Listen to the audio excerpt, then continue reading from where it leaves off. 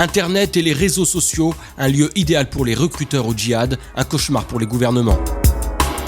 Car en effet, les groupuscules religieux radicaux ont trouvé là le moyen de propager leurs idéaux, leurs combats. Facebook et Twitter principalement permettent de toucher un large public partout dans le monde, un support puissant de propagande. Le combat concerne alors toutes les origines sociales. Dans les quartiers populaires, le nombre de femmes privées d'emploi flirte avec les 50%. Une femme sur 4 vit en dessous du seuil de pauvreté. Alors il faut communiquer, en direction des jeunes notamment.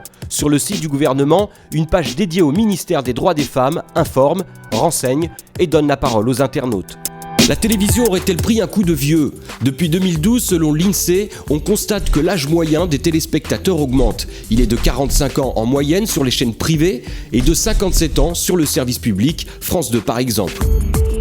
Le vieillissement des téléspectateurs est une réalité. Elle suit l'allongement de la durée de vie, mais également l'évolution des usages numériques.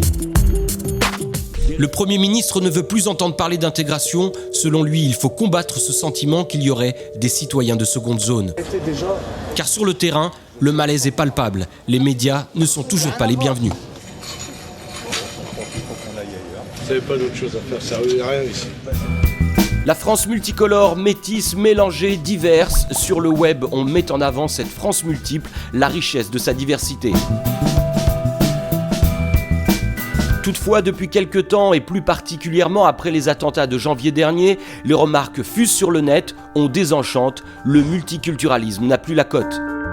Des pages dédiées au sujet sur Facebook, comme celle-ci, nous rappellent pourtant qu'il n'y a pas si longtemps, le discours politique était bien différent.